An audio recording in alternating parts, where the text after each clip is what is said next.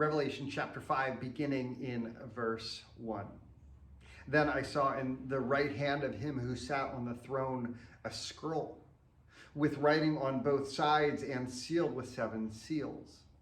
And I saw a mighty angel proclaiming in a loud voice, "Who is worthy to break the seals and open the scroll?" But no one in heaven or on earth or under the earth could open the scroll or even look inside it. Our passage for today reminds me of Genesis chapter 2. If you recall in the narrative in Genesis 1, we encounter the phrase, "it was good," repeatedly. It was good, it was good, eventually culminating at the end of day 6 with verse 31, "it was very good." In chapter 2, we don't hear the same repetition, but we do witness God creating a garden called Eden, which means pleasure. Just so happens to be filled with trees producing fruit pleasing to the eye and taste. Yet in the middle of this paradise, we're told in verse 18, the Lord God said, "It is not good that for man to be alone. I will make a helper suitable for him." Goodness is interrupted. All was not well in paradise. Now, much in the same way, it seems as if all is not well in the heavenly throne room of all places in Revelation chapter 5.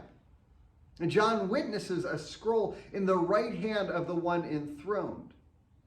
Like the scroll in Ezekiel 2 or Daniel 7 and 12. The scrolls in Ezekiel and Daniel contain words of judgment, which might give us a hint of the scroll's content in our present context. That, however, is not a foregone conclusion. As we'll find out in verse 7, the scroll is given to the Lamb. Now, some conclude it is the book of life mentioned in Revelation 3, 20, and 21. Now, others suggest that the scroll represents the Old Testament, the true meaning of which, it's argued, only Christ can unlock. That may be true, but that Christ is the key to the Old Testament. However, the New Testament witness to Christ can't be fully understood apart from the Old Testament. Now, I think the most plausible explanation is that the scroll contains a plan of God's judgment and redemption, not only far off in the distant future, but set in motion in Jesus' own ministry, death, and resurrection. I guess we'll have to wait to learn more. And what is surprising is that amid all the beauty and splendor of this heavenly throne room, in God's very presence, there's weeping. I wept and wept because no one was found who was worthy to open the scroll or look inside.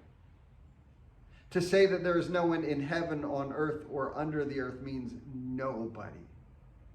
And what else is there? In all creation, there is no one deserving. There's no one who has not in some way been complicit in the evil that afflicts our world, who have not in some way participated in the destruction of the cosmos that God created and loves. John's tears are acknowledgement of his own brokenness and failures as they are of humanity's. It's a confession that we don't deserve the good and perfect plan God has in store. And before we celebrate and embrace the vision that is to come in the Lamb, it's appropriate for us to confess the simple but horrible truth that you and I are unworthy. If we are deserving of anything, it is only to be recipients of the just judgment the scroll contains. We are all too ready to rush forward to the elder's words in the following verse, "Do not weep." But in order for us to rejoice in the good news of the Lion, the tribe of Judah, or to understand why he has come as the Lamb, looking as if it had been slaughtered, we must be willing to weep. You and I are neither worthy, nor are we capable of ever making ourselves worthy. Now, only then can we truly rejoice in the news that he alone is worthy.